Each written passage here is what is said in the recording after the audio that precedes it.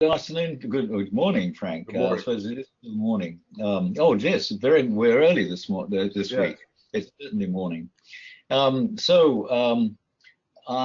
been watching what's happening with the various treaties that have to do with nuclear armament Hmm. for various reasons, partly because The Economist had a special issue on it in earlier this month, but also because of course, the US government has decided not to continue with the Iran treaty and is also trying to get North Korea controlled. And it occurred to me that the main objective of American foreign policy always seems to me to be to export democracy. The idea that America is the most democratic country in the world and it's the best form of government, and we should try, and everybody should try to make sure that in every country everybody has a political voice. Hmm. And that's a very good idea, except that as we've learned, we can't do it by force. It has to be by means of encouragement from the inside rather than uh, persuasion from the outside that is rather too active. However, nobody ever suggests that maybe the relationship between various countries, of which there are now, nearly 200 that Hmm. are members of the United Nations, should be democratic. The international organization of the planet is always talked about in terms that, even though they don't really state a principle, seem to assume the principle that certain countries like America, in fact, specifically America, have rights internationally that other countries don't have, and that Russia is a rival, and one has to be careful to make sure that America continues to be the what should we say, the more powerful of the two. And as when it comes to nuclear proliferation and the development of nuclear armaments, nobody says anything about the fact that first Israel, first China, I think, and then Right. Israel, and then Pakistan. India and Pakistan, um, after England and France caught up with America in the 50s, all these other countries have developed their own nuclear weaponry and are not members of any treaty. Hmm. Um, so why should Iran not develop its own nuclear weapons? I mean, if Israel can have nuclear weapons, why can't Iran? If Pakistan in particular can have nuclear weapons, why can't Iran? And why can't North Korea? If North Korea feels it's being threatened by America, which has nuclear weapons, why can't North Korea develop its own nuclear weapons? And everybody seems to take for granted that the world is organized in such a way that these countries don't have these rights, but it's not talked about publicly, and no effort is made to develop a framework that would give us an international organization of the planet. Well, that's a very interesting observation, and I think it's accurate because if you look even at the example of Iran, the agreement that was structured by the Europeans, by the United States, by Russia, and by Iran was done exclusive of the United Nations. I mean, the United Nations perhaps had some advisory role, but certainly was not a signatory, nor was it a guarantor. To the extent any arrangement has been done with Pakistan, I don't even know that it has, but to the extent anything has been done, it has been the U.S. military, I think, working with the Pakistani military to make sure that in the event of a takeover by a hostile government in Islamabad, the American military has tentative plans to be able to physically take control of the nuclear arsenal. I don't know what, if anything, has been done with China's nuclear weaponry, other than them perhaps signing the 1963 nuclear test ban treaty. The point is that there have been regional, albeit global, ad hoc responses to proliferation incidents, whether it be Iran, whether it be Pakistan, whether it be perhaps even Israel, whether it be China. So you can look at that, perhaps I would look at that two ways: the ineffectuality of the United Nations being pretty manifest then, and secondly, the fact that the regional actors in the neighborhood who are buttressing up against countries that now have nuclear weapons are really paying attention and assuming some roles and responsibilities on their own in order to better protect themselves. Yes, and presumably this is going to continue. The reason that it's getting into the news now is that the latest agreement between America and Russia actually expires in 2021. Mm-hmm. At the moment, there is no effort on either side to work out a way to extend it. So we're heading towards an international situation within just 3 years when there will be absolutely no agreements that anybody has to agree to, has to maintain.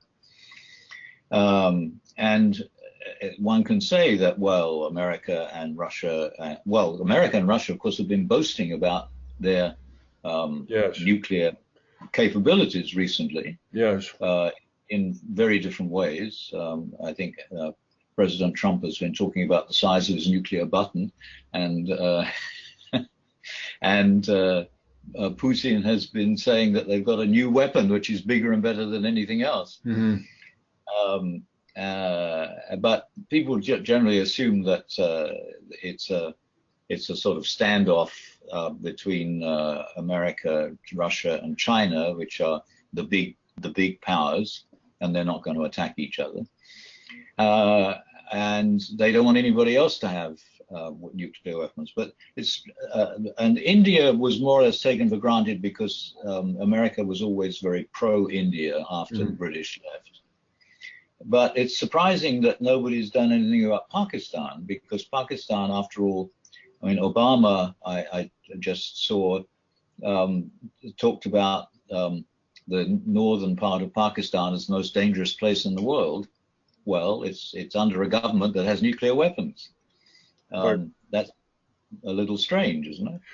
Yeah, well, I do know for a fact, as much as I can know things for facts that are printed in the newspaper, and I'm sure you've read the same thing. There are contingency plans in place that the American military has I don't even know if it's doable, if it's feasible, to go in and physically take over possession of the Pakistani nuclear arsenal in the event of an overthrow of the government.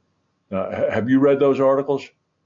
I haven't, no, but I know that the Pentagon has plans that are separate from the Washington plans. Yes, this is true. Whether any political leadership would order that is another matter entirely. Yes. I mean, I think the way things work in this country is the Pentagon tries to develop plans so that whatever the government tells it to do, it will know how to do it. This is true. Okay, this is true. So then, under your interpretation, then we are headed toward a time when there likely will be few or zero treaties governing the number of nuclear weapons, the countries that may have nuclear weapons, and no verification measures to check whether or not any norms or even quasi-agreed to levels are being enforced. And that appears to be getting very close. And the question is what the reaction is going to be. Because if it's the reaction that the current US administration has had to North Korea, it's going to make things worse. And what we really need to take into account the fact that it's really not that difficult to develop nuclear weapons. Many countries have a smart enough intellectual elite to be able to work out how to do it and to find the funds that are necessary to actually get the job done. And we need to take that into account and use it more constructively. After all, the benefits of globalization is that more of the best human minds will be working together, and we as a species will become even more capable than we have appeared to be so far. But it brings us back to what we've talked about in these weekly sessions for a long time, the problem of organization. Mm-hmm. Mm-hmm. And organization for what, over 200 years now has really only been thought about on the national level. When it was on the international level, then it was in the form of one country trying to organize the rest, like the Empire and the Russian Empire. But the only way now so many of the places that we took it for granted that we could control, we can see now that we can't control them. And we've got to work out a way to develop an organization that gives them a voice along with our voice on how the world should be organized. It's very difficult to see if the United Nations can't facilitate this, which after all, presumably when the United Nations was formed, what's that now? 1946. Yeah. That we had that the people who were organizing the United Nations had in mind the organization of the world, bring everybody together so that they could talk. Mm-hmm. And it simply hasn't worked. So what else is going to make it work? I think that it is a problem, and I think the United Nations, perhaps itself, was flawed for two reasons. One that you've touched on, that being that the implementation of numerical democracy, if you will, if I may call it that, or that the majority rules, and thus that will would be enforced for all, was not allowed there because of the veto of the Security Council, which simply put was really it's a little bit of an unfair facet for the United Nations. If you are one of the 5 countries that is a permanent member of the United Nations, you can block anything you want for as long as you want. And that's unfair. I mean, I think it's unfair. I mean, especially in the context of the numerical democracy idea. You're going to take all 200 nations of the world that are members of the General Assembly, and everybody's going to agree on setting up an international nuclear police force, for example. And China, or even the United States, a member of the Security Council, doesn't like that idea because they don't want a UN-supervised nuclear police force nosing around Oak Ridge, Tennessee's plutonium production plant. Veto. That's not a good thing. It's not a good thing. But that is what should I say? It's a symptom of the basic underlying problem, which is that yes, in nation states we can treat everybody as equal, even though we're of course really in fact not all equal. Each of us are capable of different things, and some of us are capable of more things than others. But when it comes to the international organization, the difference in size and capability between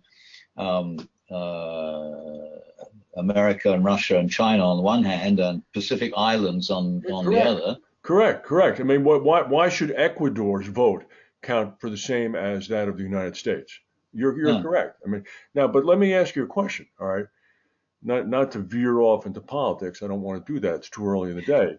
But with what's going on now in the world, which is a significant, in only 16 months, a significant diminishment of the role of the United States and the power of the United States in the diplomatic world.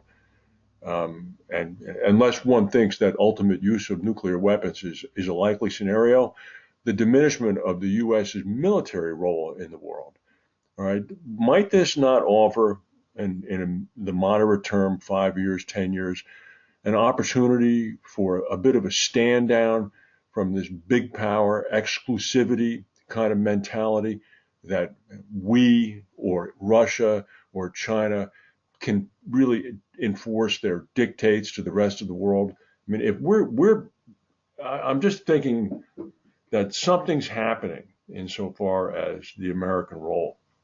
And it's likely that at the end of 4 or 5 years from now, the American role is going to be so significantly damaged, changed, diminished, whatever you want to say, that it might offer an object lesson for these large powers. And Putin, I saw this morning, is going to adhere to his term limit in 2024 and not run again. So he likely might be off the stage. So there could be some sort of change that might happen, that might allow some re-recognition of maybe the best way to do this would be allow everybody to have an enforceable vote and then follow the general consensus. Because I just don't think that this big power concept is a good thing in the long run. It certainly isn't. And another way of dealing with it would be to give each country the number of votes